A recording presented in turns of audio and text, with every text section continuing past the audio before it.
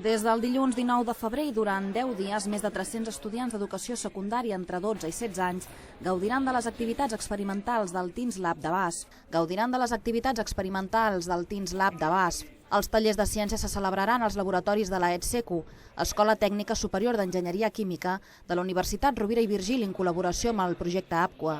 El Teens Lab és un projecte de BASF orientat a alumnes de l'ESO que es basa en diferents grups d'experiments.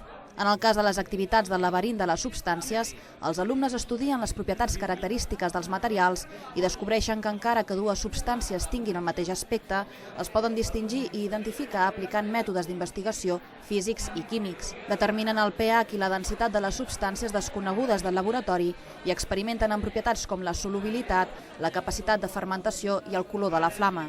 El programa també preveu altres experiments apassionants com la fabricació de perles d'estiropor. Ha sigut molt interessant perquè això al nostre col·legi no ho fem i ja que tenim una oportunitat per fer-ho, tots ho hem aprofitat moltíssim.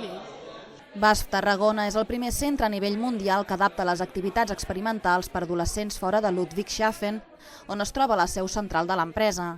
Fins al 30 de gener, estudiants d'ESO de Tarragona, Reus, Salou i Vila-seca participaran en aquestes activitats. Hem vingut aquí a fer uns experiments, hem mesurat la densitat, mirat el pH d'algunes substàncies i la solubilitat. Després de ser científics per unes hores, els joves visitaran el centre de producció de BASF Tarragona per conèixer i entendre la seva importància al nostre territori i a la nostra vida quotidiana.